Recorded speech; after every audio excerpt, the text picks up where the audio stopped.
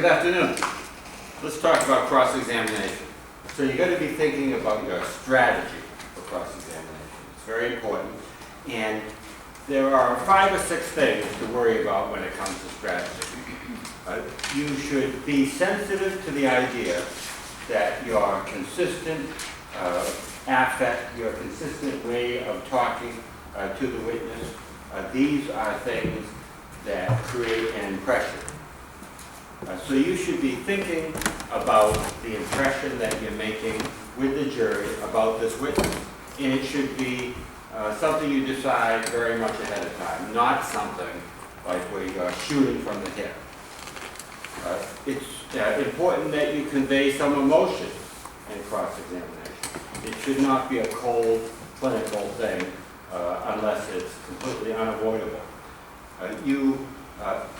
These communication skills are so important for all components of the trial, and that the same is true of cross-examination.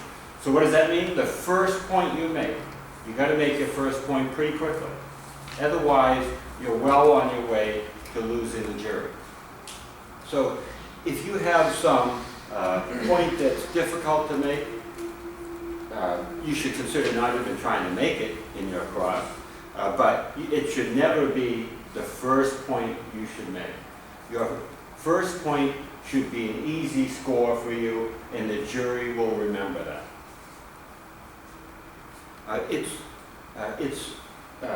What I'm going to say now is so important, and it reflects a theme, really, a theme and almost a theory of my case about trying cases.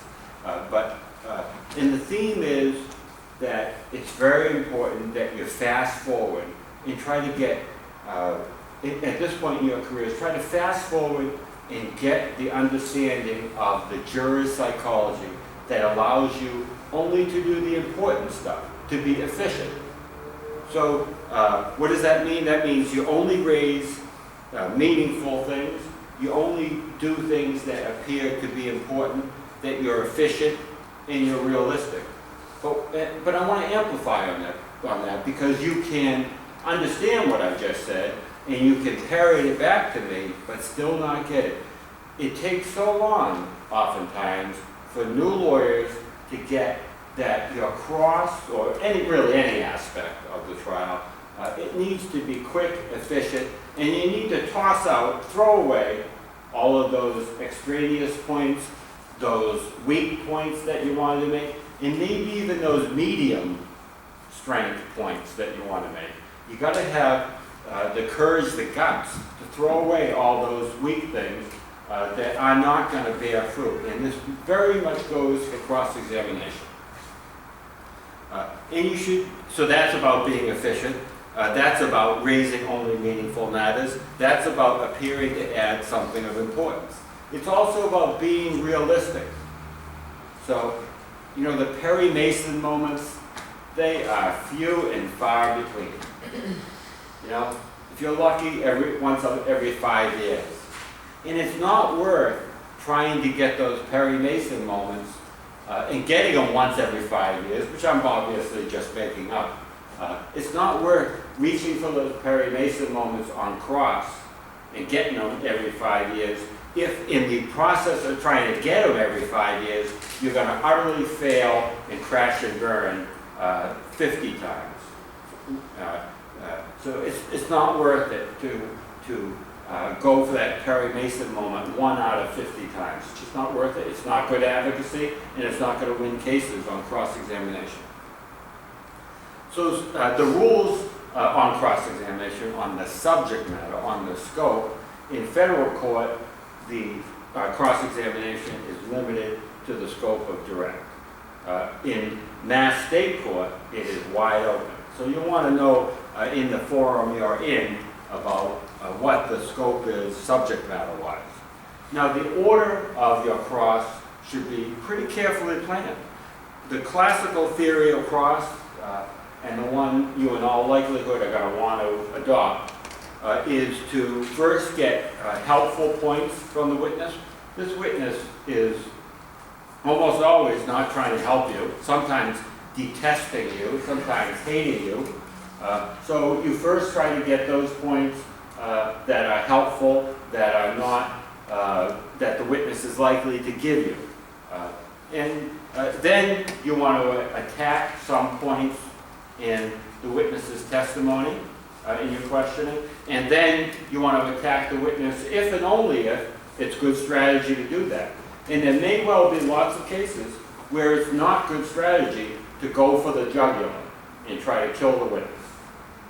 And a common example is that in criminal cases, the defendant often doesn't want to show that the police are lying unless it's really necessary.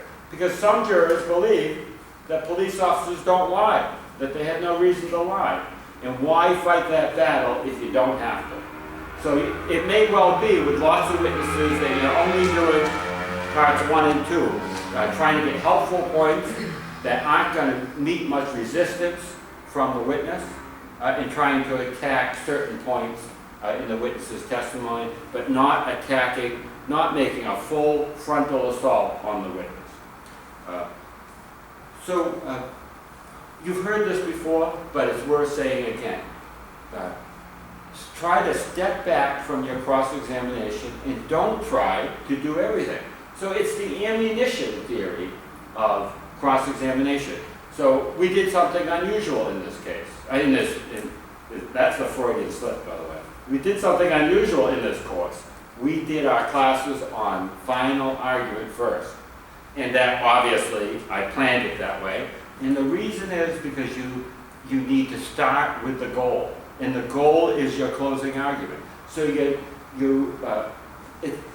ammunition theory of cross-examination, really the ammunition theory of your entire case is everything you're doing as you're plodding along, hopefully pretty quickly, in your case, is to create ammunition for your closing argument. You're creating the ammunition. You're not pulling the trigger, you're creating the ammunition. So in cross-examination, you're creating the ammunition through your examination, and you're going to pull the trigger in your closing argument. If you try to pull the trigger in your closing argument, much of the time the witness is going to destroy you because they have a chance then to clean it up. They have a chance in the sense that they can respond right then and there. They have a chance in the sense that they can respond later in the examination on redirect. They have a chance to clean it up in the sense that the lawyer for that witness's side, if there is such a thing, can think hard, gee, what should I do to clean? I see what he's getting at now. The lawyer can clean it up later in the case. But if you do it so that you don't pull the trigger until the closing argument, it's much more difficult to clean it up because it's much later in the case and they don't get to reopen the evidence. Now, it depends, of course, on the order of closing arguments, but the short answer is it's much more difficult to clean it up later on if you don't go all the way on the points you're trying to make in your cross-examination. So that's a corollary of the idea that you should try to avoid, don't fall for the idea that all these Perry Mason moments are achievable, because they almost always are not. Have realistic expectations. So realistic, what does that mean? So in a cross-examination, this is not a chance to create the war and peace of cross-examinations. It is not. And you're going to kill the jury with boredom if you do that. It's a chance to, and I think the author of the textbook says, set up 2 to 4 points for the closing. And I really agree with that. I really agree. He's got it right. I hope I didn't come up with that number. I think he did. That's an achievable number. That's enough so the jury won't lose its focus. That's enough so that that's an achievable number. In cross-examination, it's all about primacy and recency. It's all about primacy and recency. So the first things you say in your cross-examination, they'll remember. The last things you say in your cross-examination, they'll remember. It may take some time to develop this, but With time and with practice, you learn to control the witness. And you learn to control the witness by asking leading questions, by baby stepping, by developing the ability to listen to the witness's answer, which is difficult, by not being afraid of silence. So, and something that we do a bit, and we'll want to try to work this out of our advocacy, and that is a little commenting on the answer. We shouldn't be commenting on the answer. So I'm going to even suggest even nonverbal conduct, commenting on the answer is probably not a good idea, but definitely verbal. Verbal comments on the answer. So the witness says the traffic signal was red. Okay. We don't want to do those things. We want to clean up our language so that we don't do these things. You want to be, not only should your physical movements be extremely controlled, but everything coming out of your mouth should be extremely controlled. And this is very true of cross-examination because you need to be controlled in order to control the witness. You should vary your question structure to avoid boring the jury. In the context of the mock trial team, somebody said, well, should I go to court and observe trials? And I said, it's a great idea, but avoid state district court. Because what will happen, well, I don't think I said what will happen, but there's a danger. There's a danger of going to watch kind of inexperienced lawyers and picking up bad habits from them. If someday one of you folks were to say, I'm going to let you videotape me doing an exercise, your colleagues, even on YouTube or whatever, can learn all kinds of things. But the reason is because I'm sitting there saying, well, that was good when you did X, but maybe you should have done Y a little different. So the danger is you go and you watch inexperienced lawyers do a not so great job, and they don't get corrected by anybody. So you'll see these inexperienced lawyers asking, for example, 100% leading questions, and with all the same sentence structure. These things will put the jury to sleep. Avoid some questions. Try to think about a kind of a scrolling transcript of your examination, which is literally what's happening, really, electronically in some fashion, and oftentimes literally on a computer used by a court reporter, and think about what the transcript looks like. So double negatives. It's tricky. It's tricky to avoid double negatives. But the old, is it not true? Anything that starts like that gives me the heebie-jeebies, and learn not to do that from the start. But double negatives, or really negative questions, are something to be puzzled about, and depending on my energy level, I can figure them out. But there's something to be avoided if at all possible. Ask simple, factual questions. And don't ask about conclusions, and don't argue with the witness. You're creating ammunition, and you're baby stepping, you're asking about facts, you're not making a closing argument and throwing it out there so that the witness on cross-examination can comment and destroy you. So there are a number of topics you can consider in your cross-examination. And there's one here that I just want to caution that I'm not recommending you do, from the author of our wonderful textbook. He says, repeat favorable points from the direct examination. I recommend against this. So if you've got your examination sitting there to do later today, cross that out. Don't repeat favorable points from your direct examination. Because unless you are the most incredible trial lawyer to have ever stomped on this earth, you don't yet have the experience to prevent that from becoming a death march for the jurors. Because if you start repeating stuff from the direct examination in this stage, you're going to start repeating stuff that's going to put them to sleep, kill them, make them hate you. So for now, don't do that. Later on, when you've got a little more seasoning, you can pick that up, because you'll know you just want to pick and choose here and here and here, and you don't want to drive them crazy with too much volume of material. you can get favorable facts that haven't been admitted in evidence. Sure, fine, but are you going to get that on cross-examination? Sometimes, but always try to get information from in the best form that you can get it and from the friendliest witness. There's a balance between those two things. So you're balancing, so if it's coming from the opposition witnesses and you get it in the best form you can get it, then it's, I don't know if I said that the way I meant to say it. If you're getting it from the witnesses that are not trying to help you and it's in the best form you can get it, it's better evidence. It's better evidence. Just like if you ask a leading question, that's worse than if you get it with a non-leading question of the witness.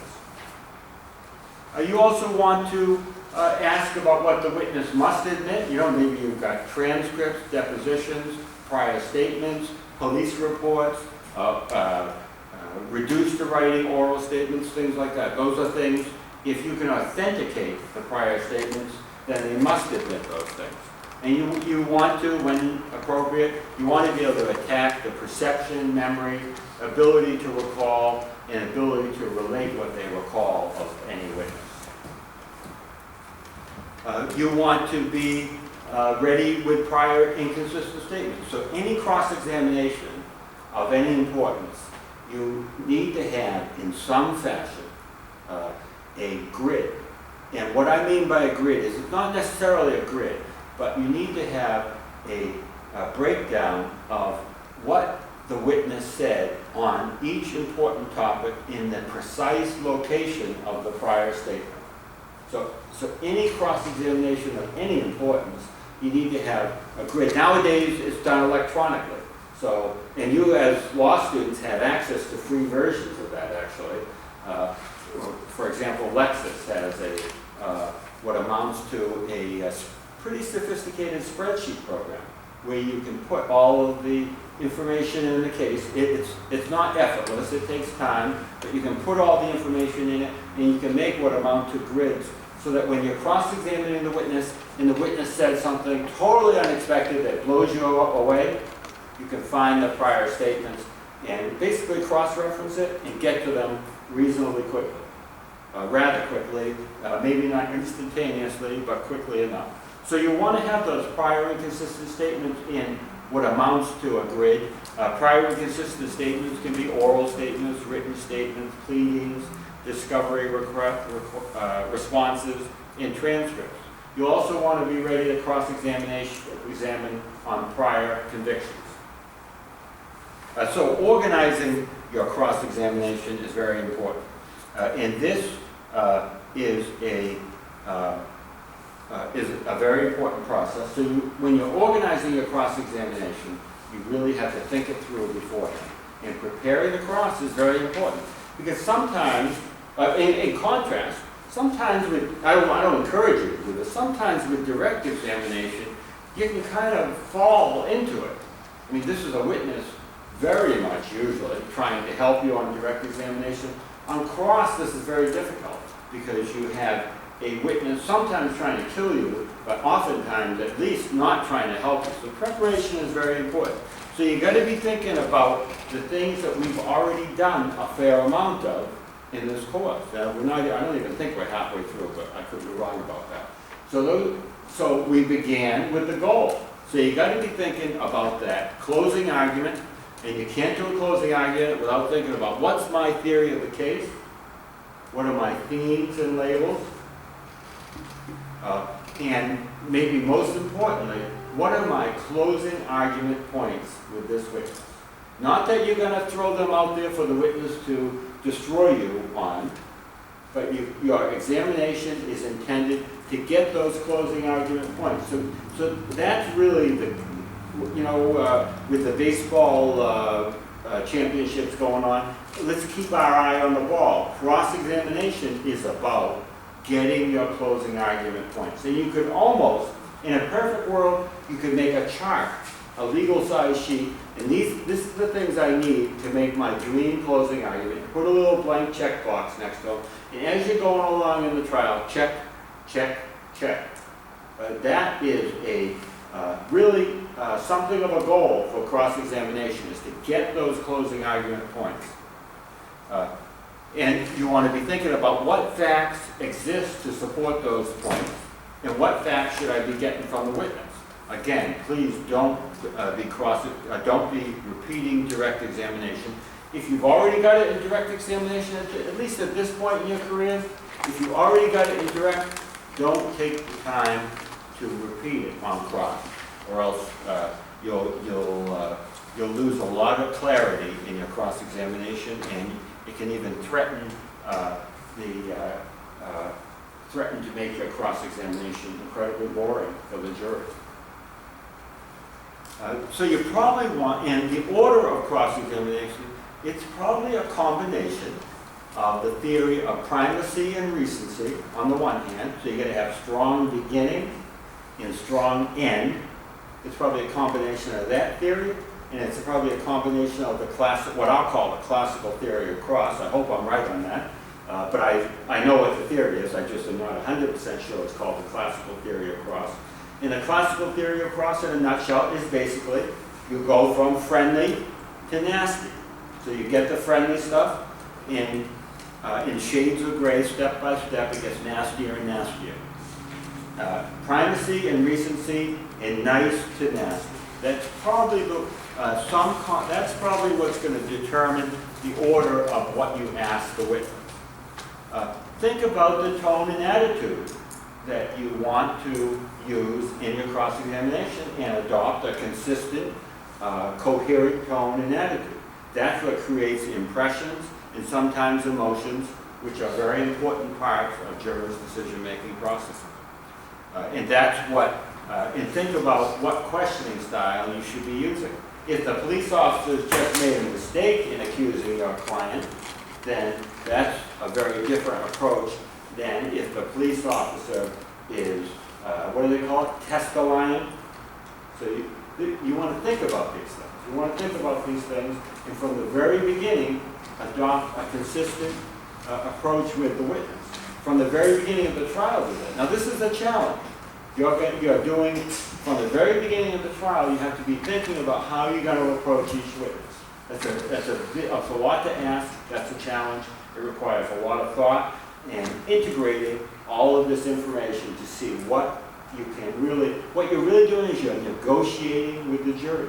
It's a form of negotiation. You're negotiating a result with the jury. So, and you have a lot better idea of what's out there, but if you miscalculate in your negotiation with the jury as to what they're going to think about a witness, a piece of evidence, then it hurts you badly. So preparation and thought are very important. So preparing, and so what about when your witness is being cross-examined? That document that I provided you, Tips for Witnesses, it's called Tips for Witnesses, but it's really, I've been thinking about it, and by the way, I used it in hundreds and hundreds and hundreds of trials, and added to it over years. It's not really Tips for Witnesses. If the title really were correct, it would be, what's it called, a memory mnemonic for preparing witnesses.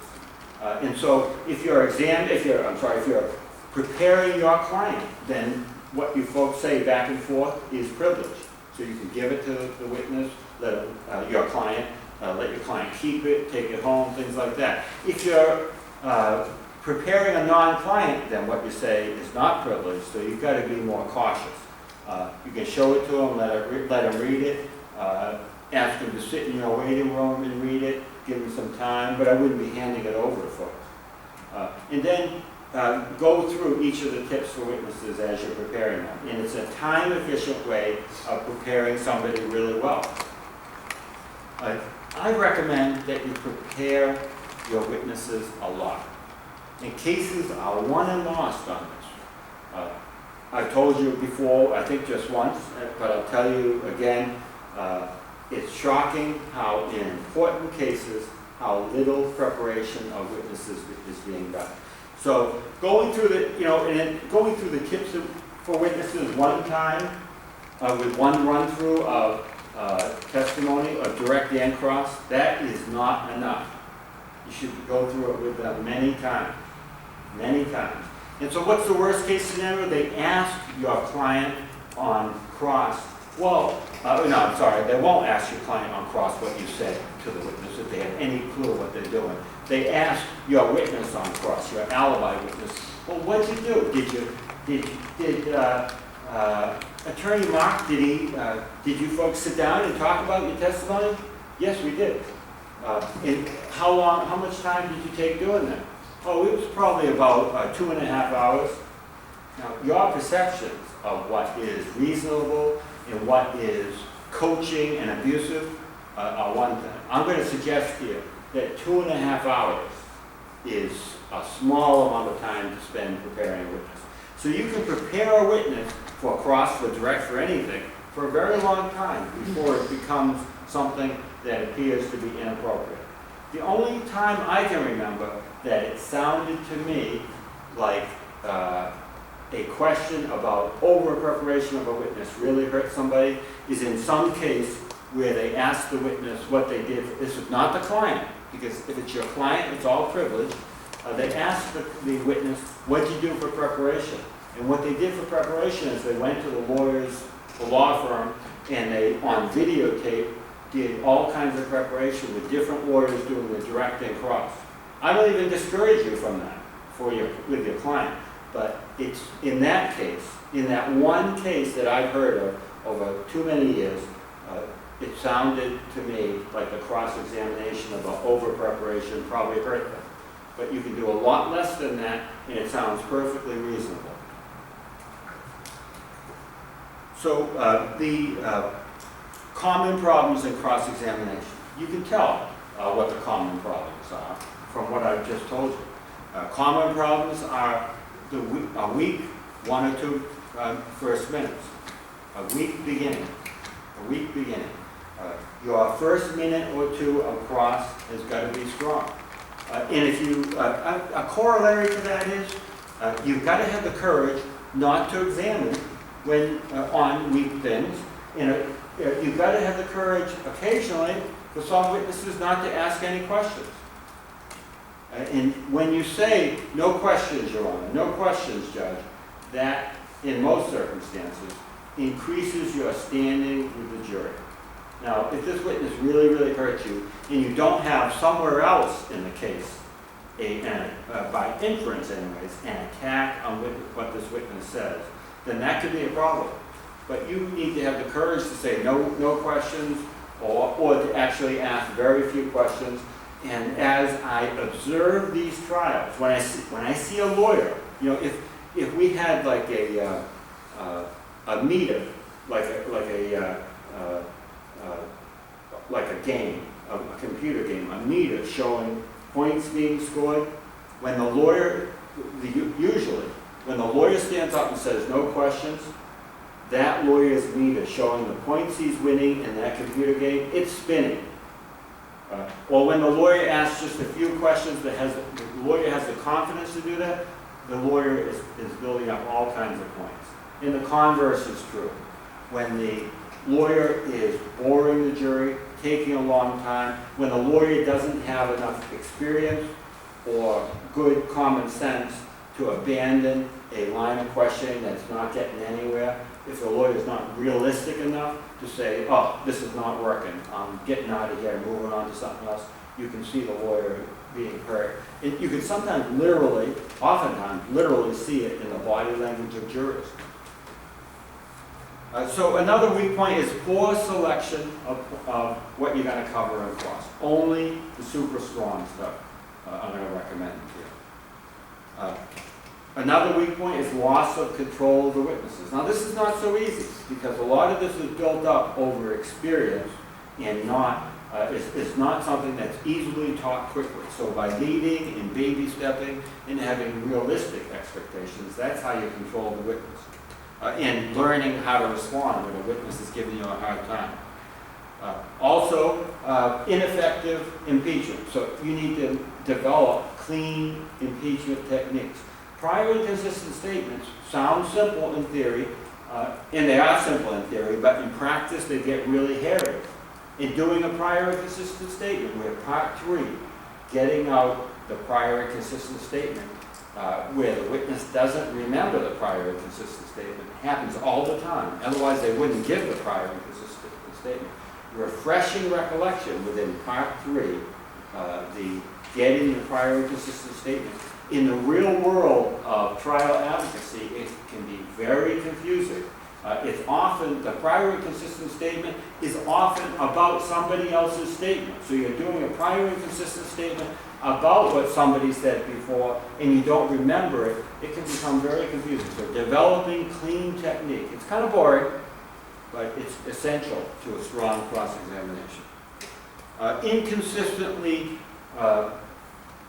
Inconsistently approaching the witness on cross-examination is another weakness. So think about it ahead of time and have a consistent approach to that witness. So you're sending the same message to the jury through your body language, your questioning, your facial expression, everything. And the last weakness is a really weak ending because it's all about recency. So you should plan the last part of your cross-examination every bit as much as you plan the last sentence or two of your opening, and every bit as much as you plan the last sentence or two of your closing. Okay, thank you.